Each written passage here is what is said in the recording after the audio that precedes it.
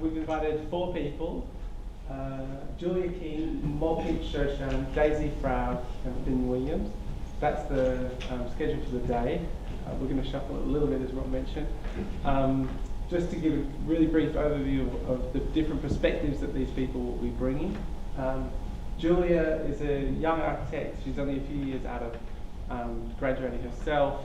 She has been working in India, first of all, on projects like, which you might call humanitarian architecture, projects dealing with very basic questions of sanitation, of access to health, and also finance. So she's incredibly ambitious, incredibly enthusiastic and compelling speaker, and just doesn't see any boundaries. She's set up her own microfinance system within India to help people who have little or no money to patch together bits of investment in order to refurbish their own living environments or to get access to water. So that's a really kind of important part of these different paths is the humanitarian architecture.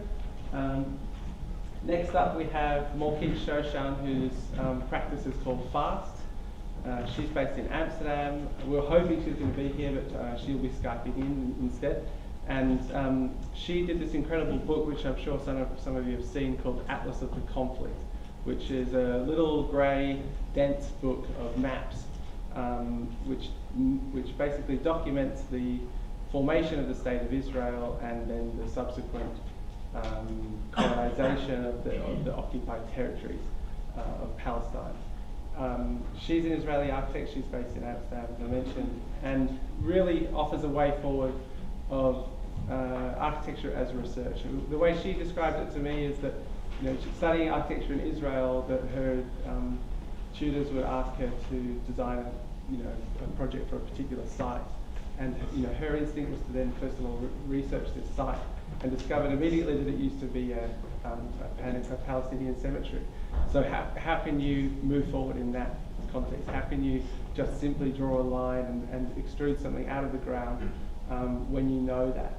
And that's what kind of derailed her practice into architecture as research, and also architecture as activism. And her current work is looking at drones, surveillance, the way military technologies can redefine space and public space, and we'll be hearing from her at 12 o'clock. And then the afternoon, it gets a bit more local, it gets a bit more, I guess, civic in the sense that we understand the word civic, so in the sense of civic space or in the sense of civic society. Daisy Froud is not an architect, but has been working with architectural practice called AOC, Agents of Change, in London for, I think, around the last 8 years. And that practice and Daisy in particular have developed very interesting techniques for engaging with community, engaging with the public, with real stakeholders and real people who live in areas that may be affected through redevelopment projects. So she'll be talking through their urban design and also community consultation work, mainly in London but also across the UK. And then finally, we'll be wrapping up with Finn Williams, who is an accomplished architect in his own right. He worked for OMA for a spell.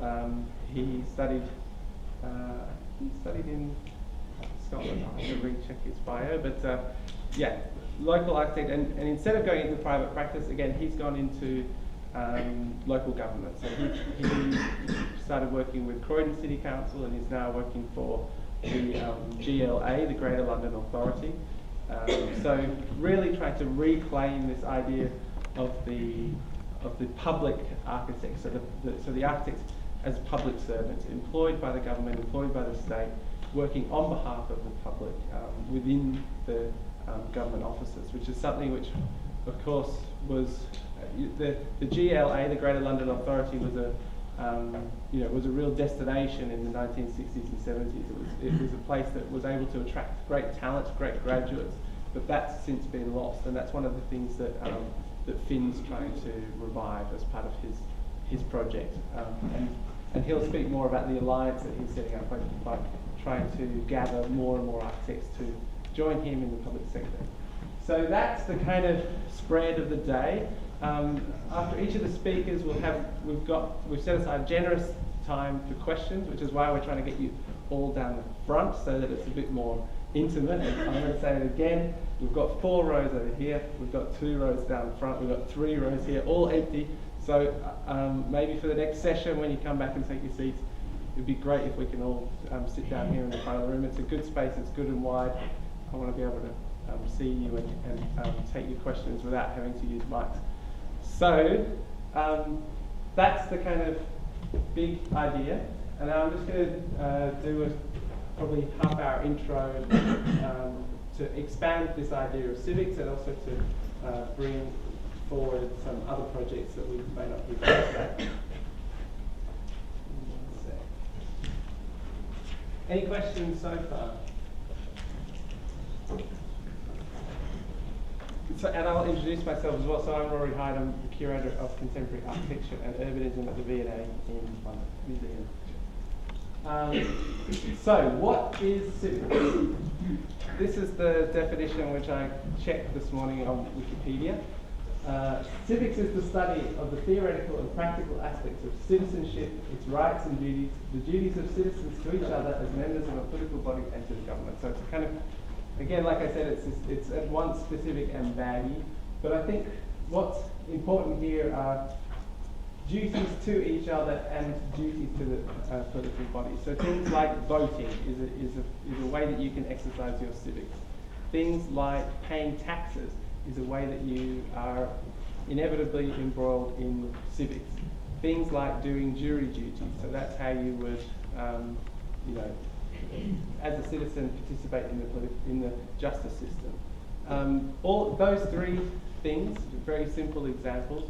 They're examples of how we, the systems and institutions which we live within, which are set up in order that we can cooperate. You don't need to know all the people in the UK in order to pool resources, to pay taxes, to create something as amazing as free healthcare or NHS. That's kind of civics in action, is the National Health Service. Civics also, there are different civic ideologies.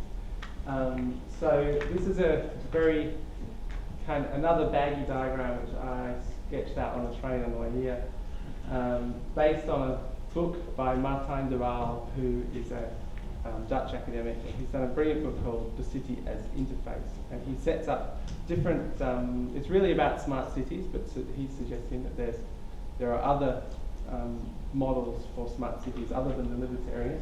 But just to take one step back,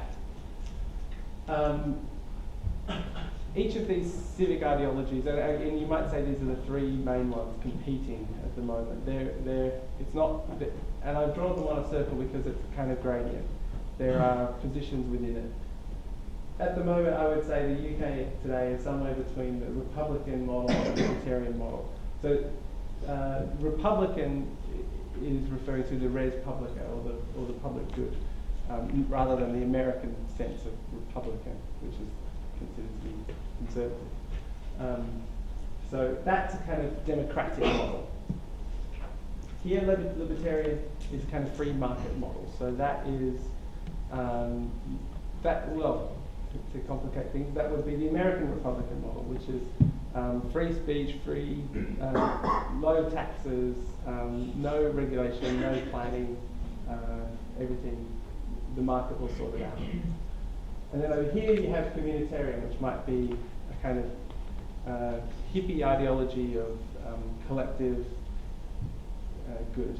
So that might be your co-ops, that we've seen a boom in community farming. That would be an example of a communitarian civic ideology.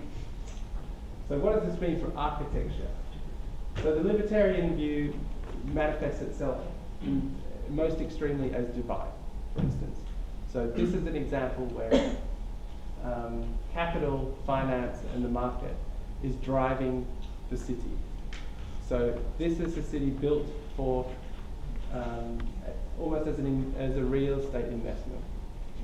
In some research that I did a few years ago, we spoke to property managers of some of these towers who said that it was more of a headache to have tenants, so to have people paying rent and living in their buildings than it was simply to have them sitting there empty and as chips within the real estate market, which was increasing much more than the money they could earn from having offices in there. So that's a situation where architecture, the building, becomes completely divorced from their use, and they're simply there as a means of making money. The communitarian worldview might result in this. I mentioned community farming. This is a really great project. I'm using it slightly as a negative example, but New York-based practice Work AC did an installation for the PS1 commission, which is called Public Farm 1. And they created this amazing cascading landscape out of these big cardboard tubes that they use to make columns they pour concrete into. And instead they filled them with plants, and it all responded to the local area. The trouble with PS1, of course, if anybody of you have been to it, which is the MoMA, the Museum of Modern Art, second site in Brooklyn, or in Queens, is that it's surrounded by an 8-meter high concrete wall designed by Tadao Ando. So it's this very exclusive, very highbrow art centre in a very low income community, which creates a fortress wall around itself. So that's an example of what I would call a private utopia. So we're fixing the world by solving our own little patch, but somehow we're not contributing to the wider society. We're not contributing to the wider city. We're only interested in securing a section and making it perfect. Between the libertarian and the communitarian, you have gated communities. Now, these two worldviews are often seen to be opposite. One of them is about the individual. This one is about the collective. But when libertarians start to think about architecture, one of the directions we've seen at the moment is seed seeding. I don't know if anybody's come across this. This is an invention of the Californian IT crowd who also don't like paying taxes. Peter Thiel is their greatest advocate, who set up the Sea Seeding Institute, which is the idea to build cities in the sea outside of national borders so you don't have to pay tax. Which is like the most insane, cynical idea, and completely opposite to the idea that we all pay taxes and therefore we all contribute to the public good. So these guys are trying to create their own independent state on the high seas. And I would say that's not so far from the private utopia, that you make a section of the world which is perfect and you exclude others from it. And that's why the gated community is somehow where these two worldviews come together. You exclude, you allow the people in who are like yourselves, and you exclude other people, and you only need to worry about what's behind those gates. The rest of the world can go to hell. And then finally, the res publica. I like this place where I work as an example of this. It's a big museum that's publicly funded. It's free to enter. It's a kind of generous inheritance set up almost 150 years ago by people who are all dead now, but which we continue to live with and benefit from. I sometimes do a history of this in my talks, but this is the guy who set it up, Henry Cole, visionary social reformer from the Victorian age. And his idea was to create this museum as a powerful antidote to the gin palace. So the gin palaces were obviously really amazing, great places. But that somehow culture and ideas could compete with that.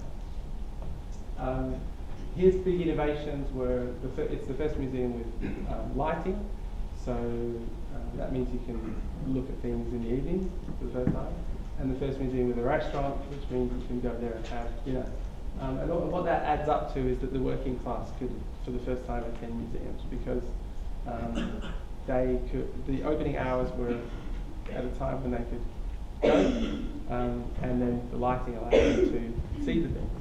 So two very simple technical innovations which allowed a different civic use of this space.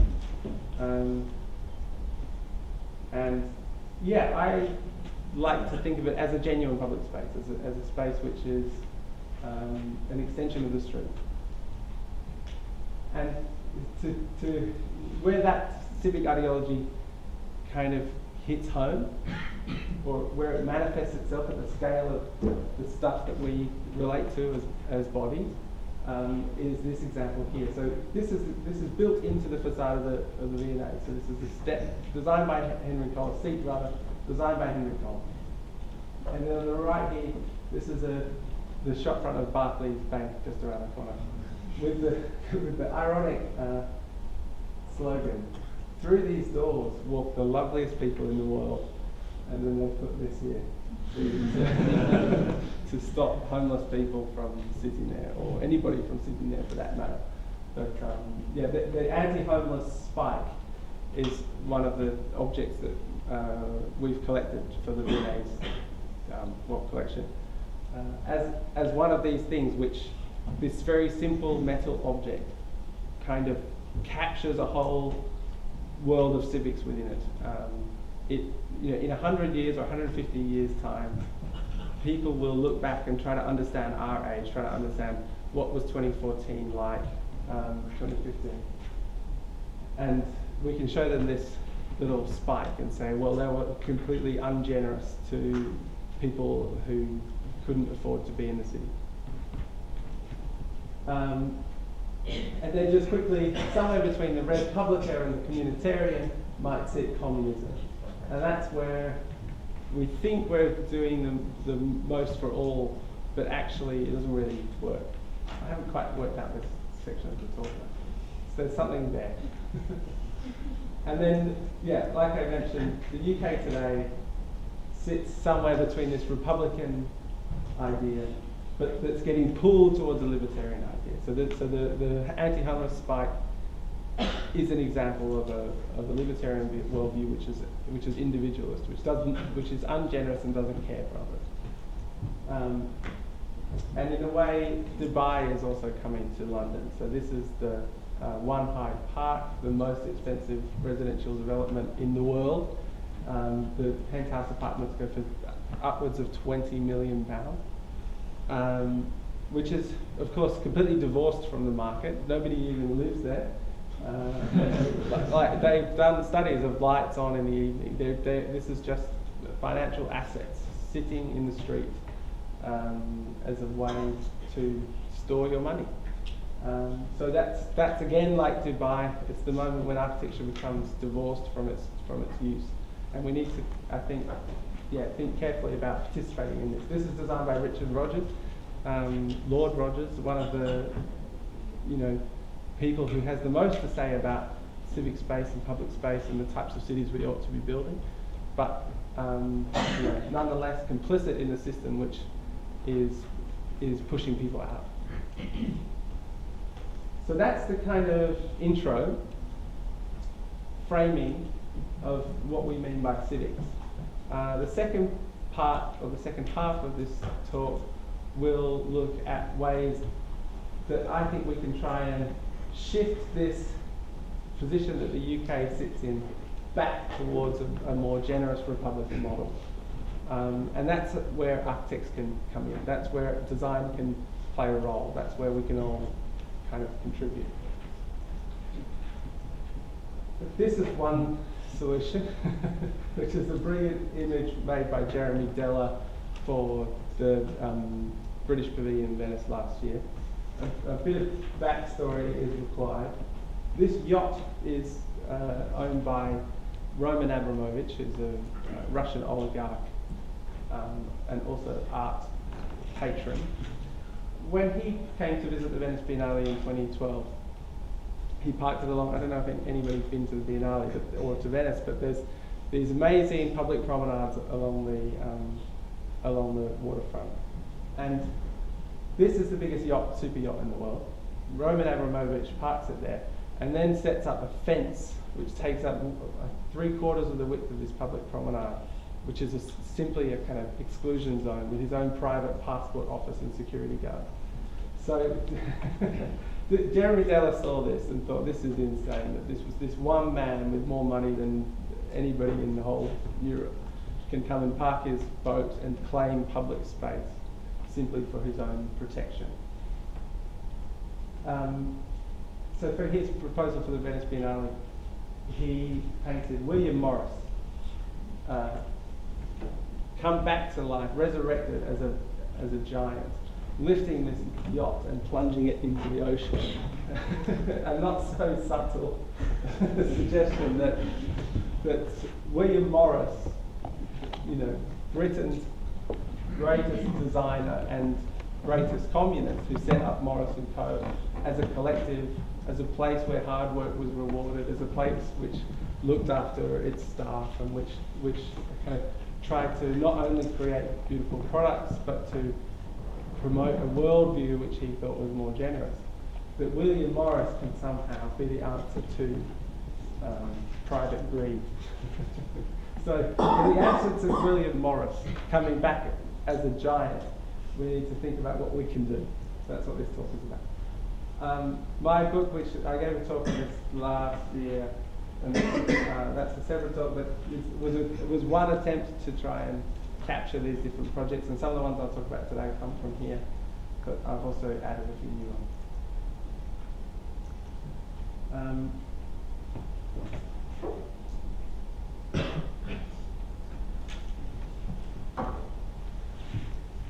So first of all, this is quite close to home. So Indy Johar is a partner of the London-based practice 00. This is an example of the type of work that they do. It's called the Scale-Free School. It's a proposal for a public school. I forget, what's the one you're going to take on? Private school, I don't know. You have the words backwards. A state school which can be built without any capital. So instead of buying land and building buildings, what the 00 study did was to analyse the neighbourhood and to assemble all the public buildings or different facilities. So from the public library at the centre, which is kind of a hub, to the local cinema, which can be used for lectures in a way like this, to public toilets, the local theatre also for lectures, the tech workshops, local cafes, students can get vouchers and have their lunches there, and the office spaces can be used for classrooms, sports centres where the swimming pool is, public tennis courts, public park, etc. So that somehow within any particular neighbourhood all the ingredients are already there which make up a school. You don't need to collect them all and put them inside one fence, but you can, through mobile apps, which can create dynamic timetables and update you, through the use of uniforms, through minibuses, through other techniques of creating unity and creating a consistency, that somehow you could build a school out of everything that was already there. So that's one way of rethinking what your project is. If somebody asks you, I want to build a school, do you start thinking about the shape of the classroom or where you're going to put the land? Or do you think about, okay, what is a school made up of, and do we have them already? And that's what they've shown here. One of the projects which is actually realised by them is called the Fintry Development Trust, and the story behind this project, which is a wind turbine in Fintry, which is in, I believe, southern Scotland. This town, Fintry, were approached by a major energy company who wanted to put wind turbines on their hill. Normally, the locals would sharpen their pitchforks and try and oppose such a development, but the enlightened people of Fintry instead said, well, we like green energy, we want to be a part of this project, how can we get a buy-in? With 00's advice, they created a cooperative energy company, and they got the company to build them one turbine. So this is a picture of the members of the town and of this energy company, cooperative, which has 300 members, coming to write their names on their own turbine. the revenue from this turbine is used to, first of all, improve the architecture of the town, so to increase the thermal envelopes, to improve the build of their houses, and then once that project was done, it's been used to support local projects such as sports pavilion and town hall refurbishment. So here's an example which is not urban farming, but which is somehow cooperative, but still engaging on the level of big energy, and where people can actually interface with it. Next up is a project in Australia, in Newcastle, which I guess is not so dissimilar from Newcastle, UK, in that it's a city that once was the centre of industry, which has been hollowed out by that industry leaving and by big box stores on the perimeter, sucking the life out of the centre of the old city. Marcus Westbury, who's done this project, is not an architect, but he has a background in community organising. He ran arts festivals, that sort of thing. Very good at identifying people's talents and positioning them and putting them in a place where they can be most effective. He's also from Newcastle. This is the street that he is interested in. It's Hunter Street. It's the old civic heart of the city. This is it today. This is the peak hour in the lunch break. Complete wasteland. Most of the shops are empty. Half of them have been attacked by arsonists. But there was this kind of stalemate between the property owners, who had expected a number of years for contract for their tenancy, a certain amount of insurance, a certain amount of promise that they could make money out of their property, and instead all the properties were open. Marcus saw this. And meanwhile, in Newcastle, there is an incredible community of people making things at home. So how do you bring those two things together? How do you get the people who are making things at home into these shops? Something that they could maybe never imagine or never afford. Marcus set up Renew Newcastle, which is a not-for-profit organisation which acted as a bridge between these two parties, between the property owners and the makers. He developed a new tenancy agreement which was short-term, rolling, and nominal, very small amount, and pitched it to the property owners as a way for their properties to first of all be protected and also to be regenerated, and for the street itself to be regenerated, and therefore bring people back into their tenancies. So this is Marcus and the property owners here of this shop, which, as you can see, has had glass kicked in and it's completely unloved. And this is the record store that it's been turned into by young, enterprising people who are looking for a chance. That seems like the kind of, so what? Great, you made one record store, but he's done hundreds of shops in this way, and it's turned the whole town around. So this is another example where you didn't have to build anything, but the ultimate result, the effect, is architectural. It's one of creating a public space. It's about bringing a heart back into the town. And this is the street today.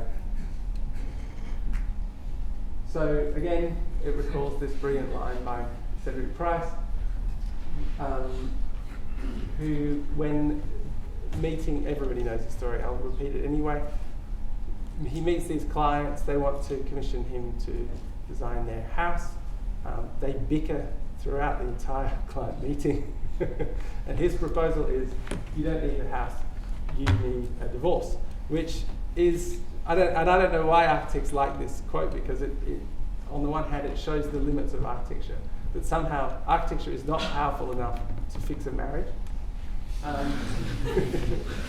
But actually, there's another set of tools out there, which are the legal tools, the tools of divorce, which can, create harmony despite through separation.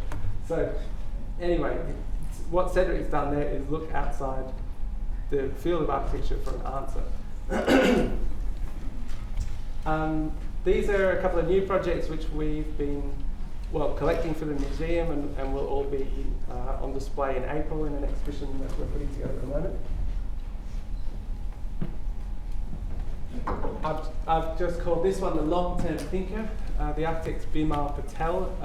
He's an architect in Ahmedabad in India, in Gujarat. This is the Sabarmati River a number of decades ago. The whole waterfront, so this is the kind of building line back here, and the whole waterfront has been occupied by squatters, informal community. It's when the river floods, that's incredibly dangerous. There's an incredible amount of loss of life, but equally the rest of the city is somehow cut off from its waterfront. So the Sabarmati River is, this is where the Gandhi ashram is. It's a kind of central heart. It's a very important place within India, and yet the expansion of the city over the 20th century has cut it off from its own river. This is the project here. It's kind of only comparable to Bazalgette's embankment, Thames embankment. 30 kilometres, 15 kilometres either side of the river. Radical redesign, collecting sewage from the city and treating it, creating new space not only for public but also for private enterprise, a new connection to the water, and dozens of other things kind of dealt with this one ambitious move. Bimal began the project under his father, who's been working on it since 1976. He says, I've been working on this project for 30 years and I'll be doing it for another 30 years more. So it's a kind of life's project for him. This is a sort of overview. What's interesting, and I guess perhaps different to Bazalgette's embankment in London, is that which was really just pushed through there was no public consultation with the landowners in London. This had to occur differently. They in order to communicate this project to the local residents, they made these huge signs, so that, rather renderings printed out at kind of human scale, so you can almost walk into the image.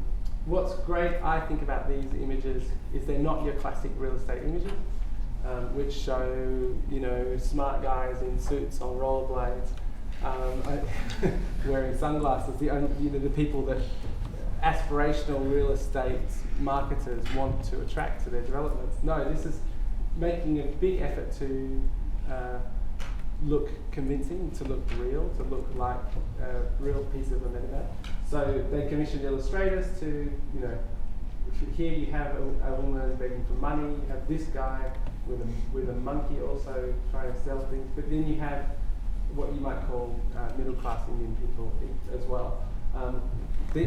As Bimal says, these aren't the types of characters you can buy on the internet as cut-out Photoshop people. There's a big effort here to connect it to the real community. And then that's the reality. So again, from that first picture, he's created a new way for the whole city to reclaim its river. And then, slightly sinister undertone. Narendra Modi, the Indian Prime Minister, was recently elected, obviously slightly dodgy. But what's very interesting is that this project was one which he shepherded through as the Minister for Gujarat, so as the Minister of this area. And in the recent visit of Premier Xi Jinping from China, instead of flying to Delhi, to the capital, he first came to Ahmedabad. Modi met him here and showed him this model and took him down the waterfront. So here you also have another level which the architecture is operating on, and that's of a political level. This project was a huge part of Modi's campaign. He campaigned on the platform of being India's first urban prime minister, with a radical modernisation of fixing its cities, and that's a large part of the reason why he's now in office. This is another project which I guess is sort of infrastructural in scope, infrastructural in scale. Camila Bustamante is a graphic designer from Lima in Peru. She grew up in the shadow of this metro line, a kind of overground public railway system in the 1980s. Only a few short kilometres of the entire network were ever built, and before the project was derailed by corruption and by dodgy foreign investors. The project was kind of abandoned until 2 years ago, when the President Garcia, who started the project in the 1980s, was back in office again. So Camila saw this as an opportunity to perhaps make this man accountable for his earlier proposal and to put this project back on the public agenda. Of course, she's only one person. She's only a graphic designer. How do you, get somebody like that to build a metro for the entire city? How do you get them to spend hundreds of millions of dollars? Her tactic was to create these stickers, which she pasted up all over the town, where stations were proposed. So on the one hand, you're making people aware that there is a plan here. There's a plan for a metro. Sorry, I should also say that public transport in Lima is considered a human rights issue to Camila. The city is divided in such a way that the low-wage jobs are all in the centre, but they are required to travel in and out, spending up to 50% of their income on transport and 40% of their time. So it's a huge burden, and it increases the division within the city. She calculated how long it would, when each station would be completed based on the current rate of construction. So you end up with this bizarre scenario, or kind of not that funny scenario, where she made posters which said, "Better late than never. The metro is coming to the airport in 2,400." And with each station showed when it would be completed. This became a huge theme. It became a sort of public conversation. She went on the equivalent of Peruvian Oprah, I'm told. And quite dramatically, the metro is now being built. So this is an example where the most targeted, tiny intervention, so just posters, just flyers, just one person, has managed to build a metro. And I find that sort of really great. Apologies to those who saw my talk last time. I'm repeating a few of these projects, but this is, from here on in, we're in new territory. The Centre of Urban Pedagogy is a group in New York, shortened as CUP.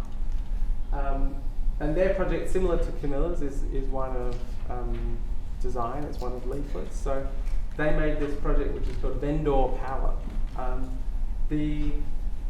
In New York City, if anybody's been there, you'll know that it's a huge part of the public experience of New York are these people selling hot dogs, pretzels, handbags, whatever you like.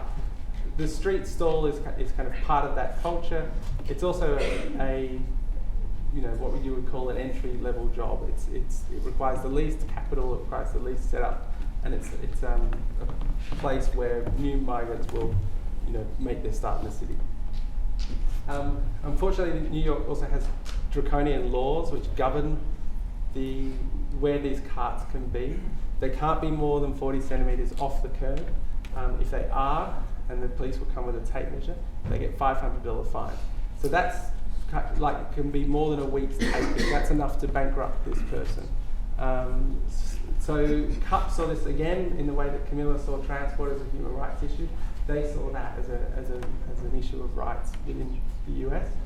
Rather than change the law, they thought it would be more productive not more productive. They are also working to change the law, but they also wanted to provide a tool for awareness and a tool for negotiation with the police when they're hit with these fines.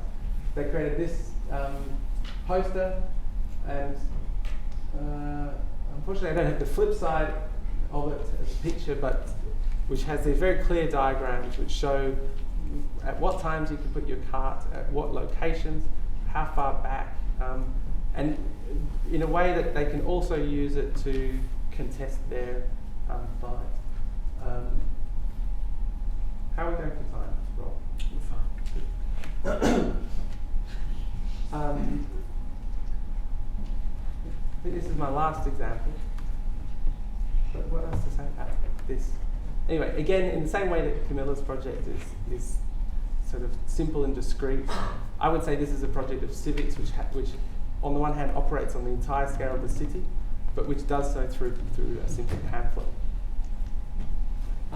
Finally, this project by E.L. Eisman, Forensic Architecture, is probably the one I'm most excited about at the moment. You have to check out his book Forensis, which has just come out on Sternberg Press. And forensicarchitecture.org, I think is the website. There's plenty of videos on there which describe the work that they're doing. Basically, they're applying the skills that you all have, the skills of architecture, the skills of design, the skills of 3D modelling, of geometry, of researching sites, of collating information, not to the design of a new building, but to the producing evidence for international trials of human rights. So this is a grab from the New York Times. It's only it's only from November last year, where they produced a video to try for the case against the shooting of a Palestinian protester by an Israeli soldier. It's not like it's not the feel-good hit of the summer, but I'm going to show the video.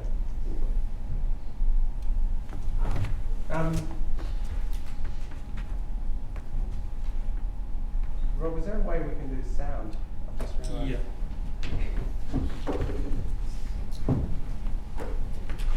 There's not much sound in it, but there is one section.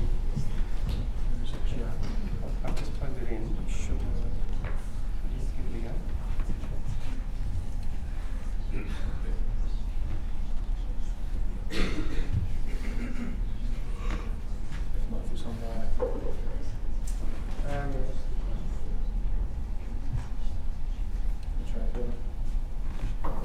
It's annoying because there's actually no sound.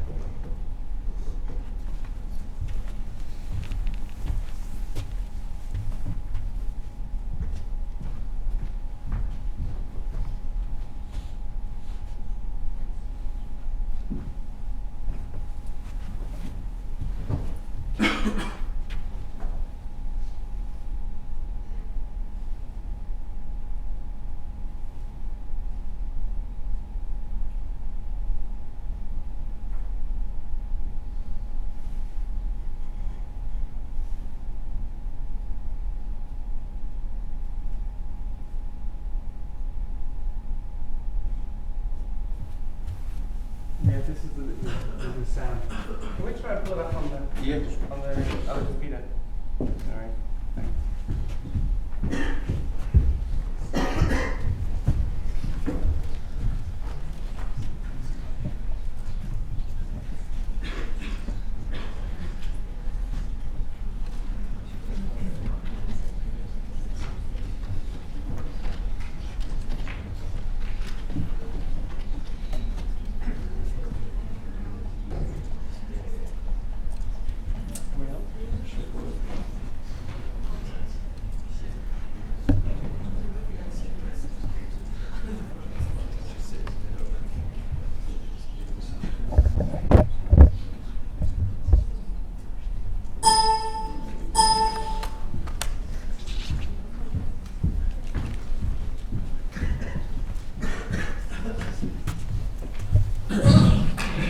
At the precise moment when Noir was shot, CNN's camera was rolling, filming an Israeli soldier shooting his rifle at the Palestinians.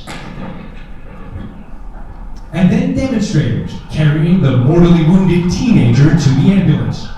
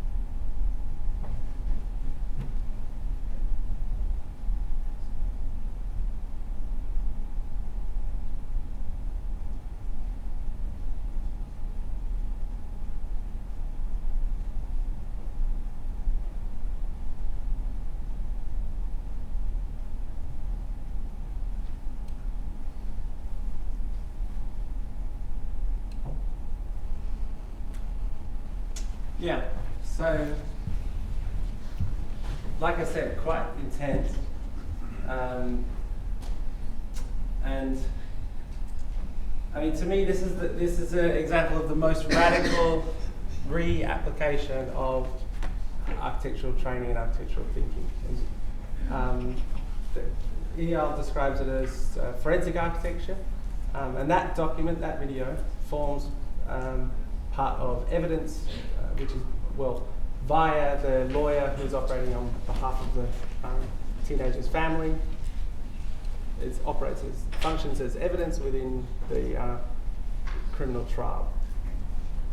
And they've done dozens of case studies. The main project which they've been working on is the drone strikes over Afghanistan, in particular in the Fatah areas of Pakistan, which is kind of outside the explicit theatre of war. So again, this is a team of architects. They're all working out of Goldsmiths University. They're of course working with other filmmakers, researchers, analysts, sound engineers, etc., to bring together all this different knowledge in order to make a case. And this work, it's very have a look at the stuff online. There's a really brilliant Al Jazeera special which just aired a few weeks ago, called as part of the Rebel Architecture series, which is also a brilliant series of profiles of different types of architecture around the world. And yeah, that's it from me. So thank you.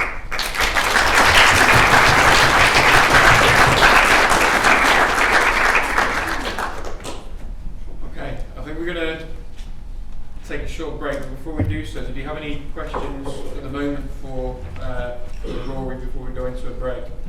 There will be opportunity throughout the day. You know the project in India by Bihar? Yeah. I was wondering if there was any plan for the squatters or what happened to them, if there was anything. Yeah, that's a really good question. And I've asked Bimal the same question. What's happened? So the squatters have been rehoused.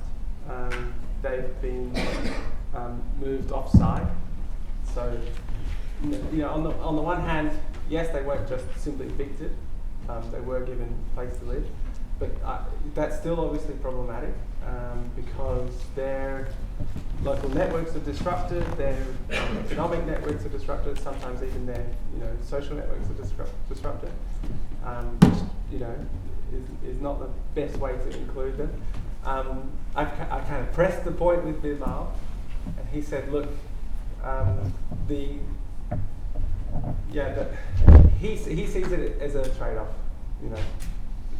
We moved the 1,000 people living on the riverbank and gave the river back to the whole city, and to him that seems like a fair trade. But there's been quite a lot of opposition to that aspect of the project, so it's not uncontroversial. Thanks.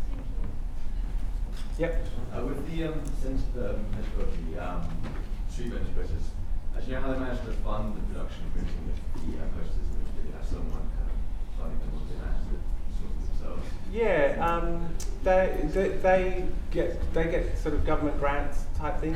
So they applied for a grant to do that project, and then they use that money to, well, first of all, employ a graphic designer. So I should have mentioned Candy Chang is the designer of that particular poster, and her work is also at that same intersection between, social politics and graphic design and architecture. And then they worked with an existing organisation who had the networks with the vendors as a kind of NGO. So again, a lot of these projects, particularly Forensics, particularly CUP, they're integrative. They're pulling in expertise and people from different specialties in order to produce the project. And the other, I guess, I would argue that correlates with how architecture works anyway. An architect is an integrative person. They, of course, on the one hand they have a kind of overall vision, but how a project proceeds is through consultation with dozens of different parties, from planners to plumbers to builders to the local community, everybody. And it's the architect who has to kind of tie all those threads together and maintain the consistency. And so I would say that that's a skill that we have already. And what these projects show is how that skill can be applied in different arenas, which are not. Yeah, I would also argue that all the projects here are architectural, even if they're not, shiny new buildings on the front cover of Domus. Yeah.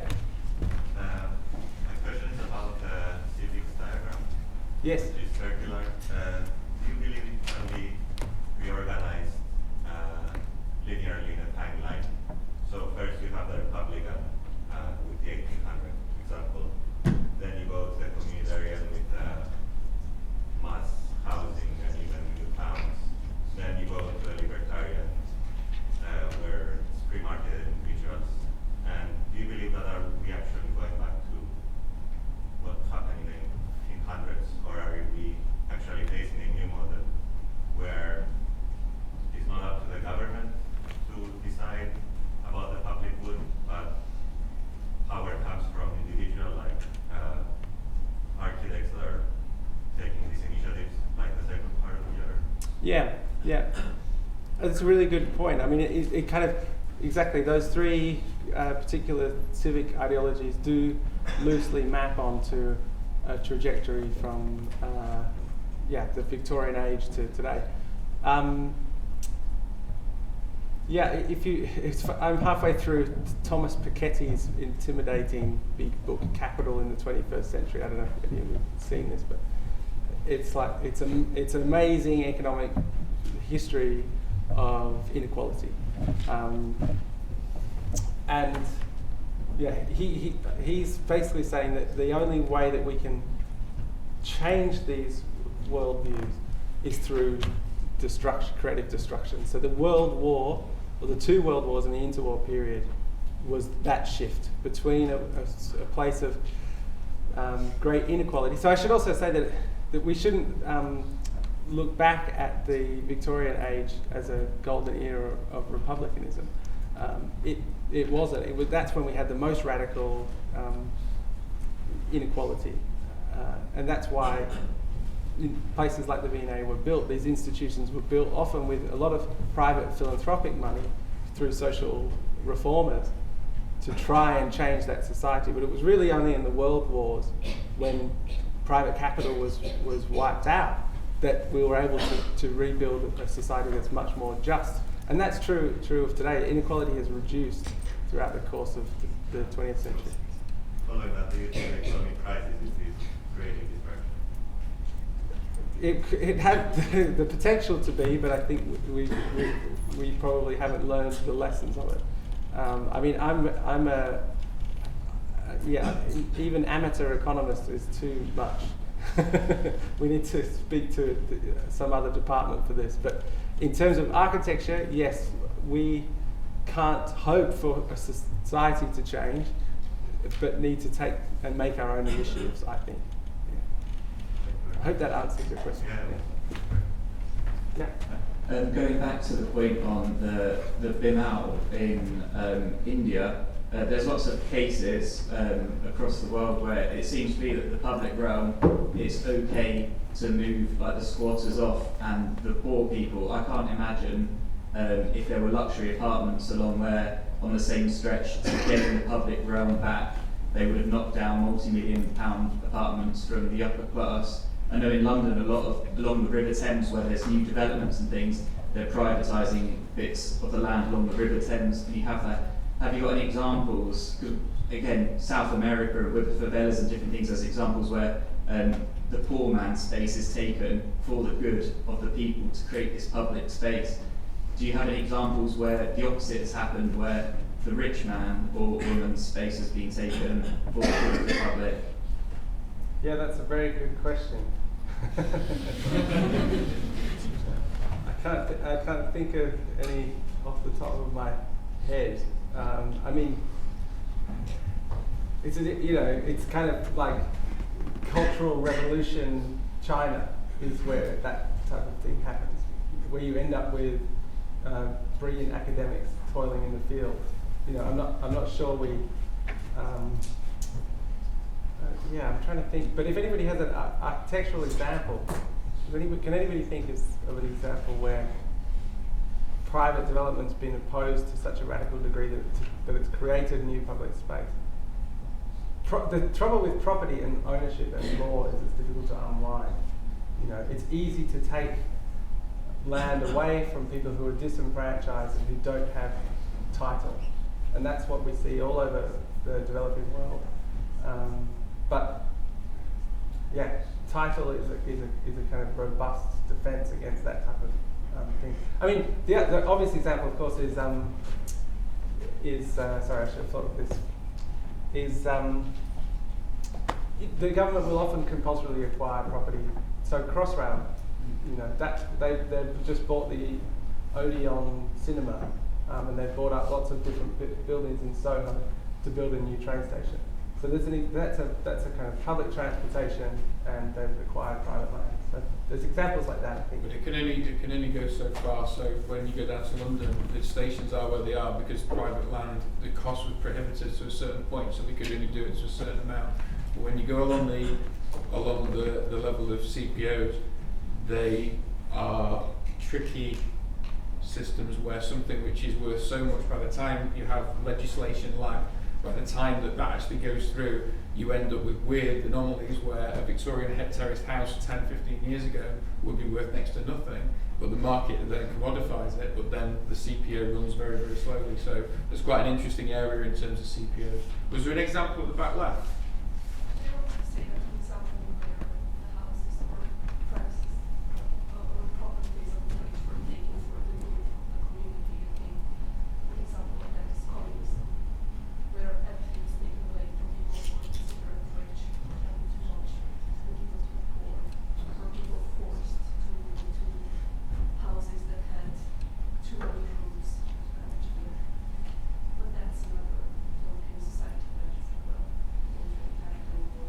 Yeah, exactly.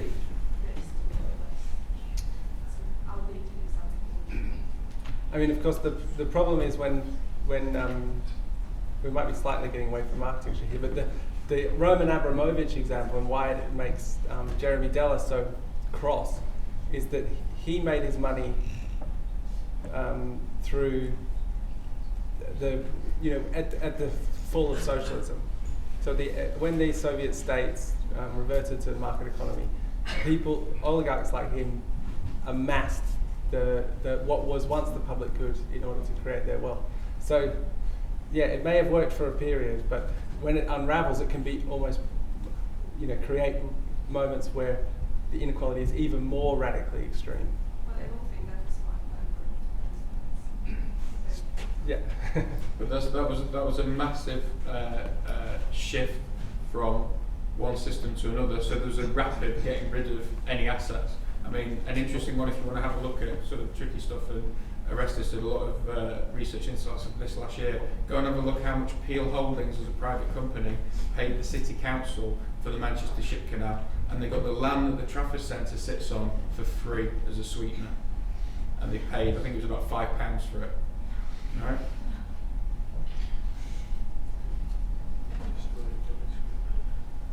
Oh, sorry, I just had a comment.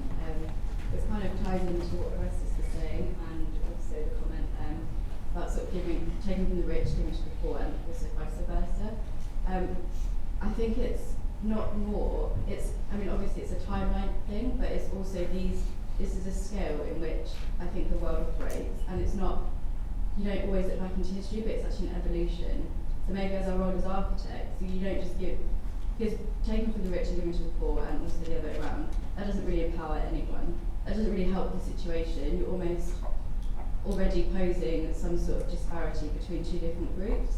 So maybe it's our role as architects is to how we rethink these situations and how we use our skills in order to facilitate these changes and to actually learn from history and sort of elevate society into, perhaps it's a cultural thing, perhaps it's a mentality thing of, for example, wealth. If people value wealth in property, then that's obviously going to dictate how we design houses, how we select materials.